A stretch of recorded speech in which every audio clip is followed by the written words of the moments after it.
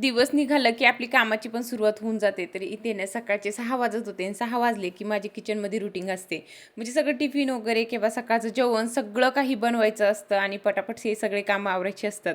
आणि ती मी पटकन किचनमध्ये आले, म्हटलं चला पहिले जेवण बनवून घेते. एकदा टिफिन बनवून झालं की मग मी भरपूर काही कामं माझी झाल्यासारखी मला वाटतात आणि मी खूप जास्त अशी फ्री होऊन जाते, की असं वाटतं की अर्धे कामं झाले. त्याच्यानंतर बाकीचे जे काही कामं आहेत ना, ते दिवसभर जरी केले मी तर काही हरकत नाही. म्हणजे काही एवढं घाई नसते, दमादमानं पण आपण केलं तर. पण सकाळची खूप घाई असते आणि ते पटापट सगळं आवरायचं असतं.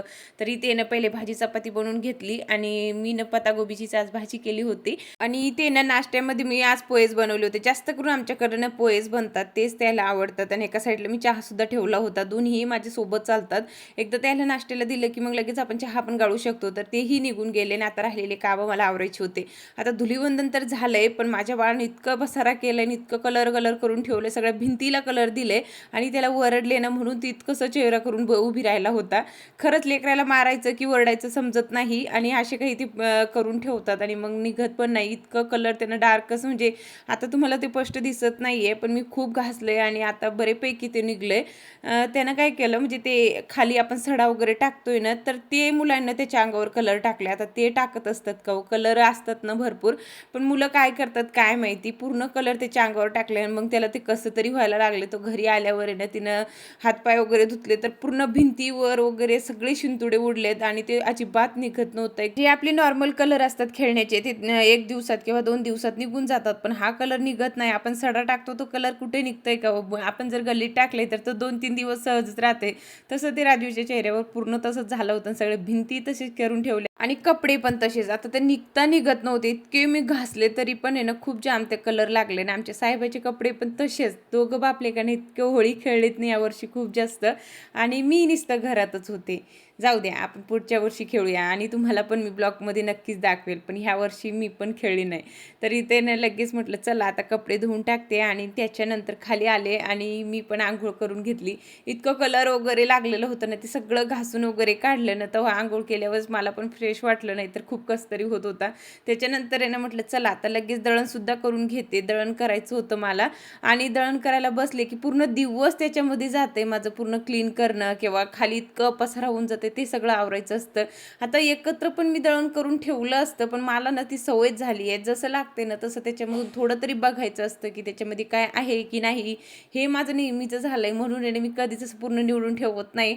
नाहीतर कधी-कधी ना मी पहिले काय करायची माहिती का, गावाकडे होते ना तेव्हा उन्हाळ्यात आहे ना 2-3 गोण्यानं सहज मी ना असं म्हणजे निवडून वगैरे ठेवायची. मग कसं पावसाळ्यामध्ये किती आपल्याला कामाची घाई असली की लगेच आपण घेतलं की दिलं तसं होऊन जातं.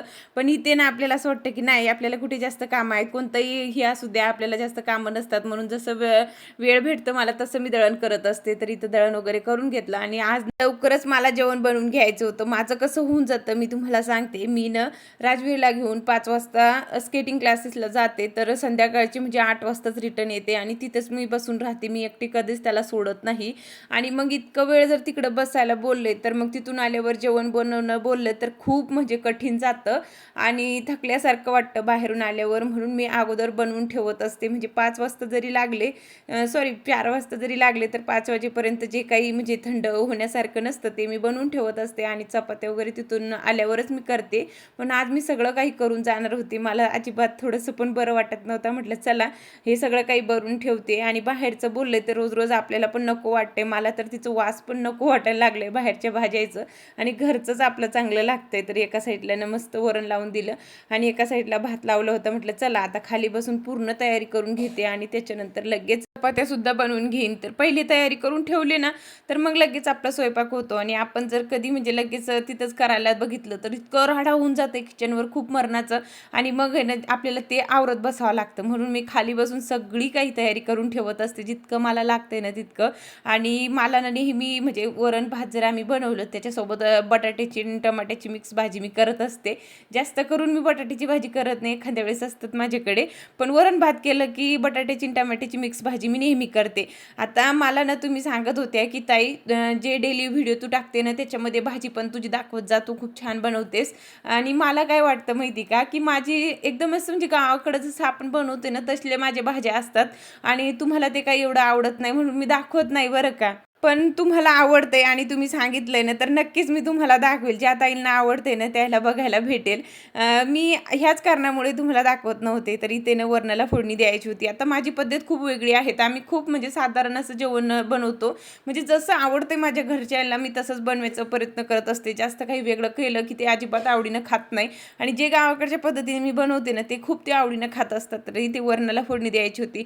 पहिले थोडंसं तेल टाकलं, जिरा, मोहरी, लसूण, हिरवी मिरची, अजून कढीपत्ता, टोमॅटो आणि कोथिंबीर छान असं परतून घेतलं आणि त्याच्यानंतर आहे ना वरणमध्येच मी मीठ आणि हळद अगोदर टाकत असते. लगेच ते गाळ होतात आणि मिक्स पण होऊन जाते व्यवस्थित. तर भातसोबत जर मला वरण बनवायचं असलं की मी घट्ट बनवत असते आणि जर चपातीसोबत आम्हाला खायचं असलं ना, म्हणजे आमच्याकडे ना चुरूनच खातात. आता गावाकडची पद्धत आहे आमची, तर त्याला तसंच आवडतं म्हणून मी थोडंसं पातळ करत असते आणि काही घट्ट करते म्हणजे भातसोबत खायला. तर एका साईडला मस्त माझा भात पण शिजला होता आणि वरण पण बनवून झालं होतं. म्हटलं चला आता लगेच भाजीला पण फोडणी देते. पहिले बटाटे परतून घेतले आणि त्याच्यानंतर येणे टोमॅटोसुद्धा त्याच्यात घातलं. आता एकदम सिंपल भाजी बनवते मी ही. याच्यामध्ये दुसरं काहीच ज्यादा मसाले वगैरे मी टाकत नाही. म्हणजे मी नुसतं कांदा मसाला आणि लाल तिखट इतकंच टाकत असते आणि शेंगदाण्याचं कूट टाकते. वाटण करत नाही. वाटण केल्यावर ते चांगलं लागत नाही.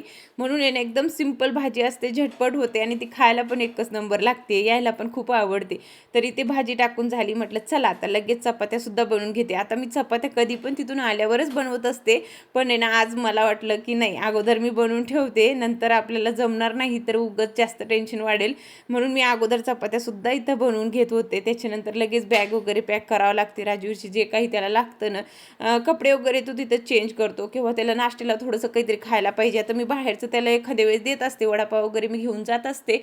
पण आता त्याला खूप जास्त खोकला येत होता आणि पहिल्यांदा माझं लेकरू बिमार पडलाय. तर तुम्ही म्हणणार काही पण म्हणते, पण 3 वर्ष झाले तेव्हापासून माझ्या बाळाला एक गोळी सुद्धा नाहीये. तो कधीच म्हणजे त्याला असं सर्दी, खोकला, ताप वगैरे कधीच होत नाही. का तर तो असं जास्त करून आहे ना बाहेरचं पण खात नाही किंवा घरचं पण नाही. जे दिलं आपण तेवढंच खात असतो आणि तिची रुटीन पण चांगली आहे की त्याची तब्येत चांगली राहते. म्हणजे जास्त सारखं तो असं बिमार पडत नाही. इतकं तो वीक आहे तरी पण कधीच नाही. माझं तर सारखं नेहमी दुखत असतं, पण त्याचं कधीच नाही. आमचं दोघांचं चालत असतं काही ना काही, पण त्याचं कधीच नाही. खरंच माझं लेकरू खूप स्ट्रॉंग आहे आणि आता त्याला सर्दी खोकला झालाय तर असं वाटतंय की का आपल्या लेकरूचं दुखतंय. आम्ही सारखं त्याच्याकडे जाऊन बसत असतो. असो इथे माझं जेवण वगैरे बनवून झालं होतं. त्याच्यानंतर घरात झाडू सुद्धा मारून घेतलं. आता सगळे कामं माझे आवरून झाले होते आणि आता मला निघायचं पण होतं, पण त्याच्या अगोदर हा काम आठवलं की हे फळं वगैरे मला व्यवस्थित भरून ठेवायचे होते.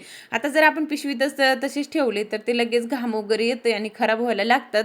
जे काही फ्रीजमध्ये ठेवायचे होते ते व्यवस्थित मला भरून ठेवून द्यायचं होतं. आणि काय होतं, जास्त थंड जर फ्रीजमधलं खाल्लं आपण काढून बाहेरून, एकदम गरमीमधून येतो आपण उन्हामधून आणि लगेच खाल्लं की त्यानं पण आपला घसा वगैरे लगेच दुखायला लागते. म्हणून काही गोष्टी अशा असतात ते मी वरती ठेवत असते, म्हणजे जेव्हा आपल्याला लागतं तेव्हा लगेच खाल्लं तर मग ठीक आहे. नाहीतर लगेच फ्रीजमधून काढलं ना तर लगेच घसा जाम होतोय आणि मग जास्त दुखायला लागते.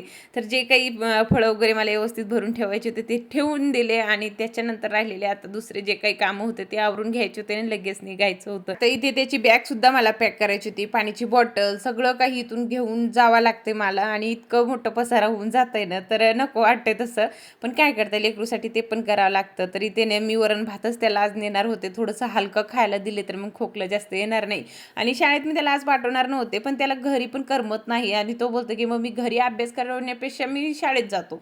आता माझ्याकडे त्याला बसायचं नसतं, त्याला शाळेत जायला आवडतं. म्हणजे मी अभ्यास घेते त्याच्यापेक्षा. तो बोलतो स्कूलमध्ये बरं आहे मी. तर इथे ना त्याची बॅग वगैरे पॅक केली. 2 बॉटल पाण्याचे लागतात, हात वगैरे धुवायला किंवा पियाला वेगळं पाणी लागतंच त्याला.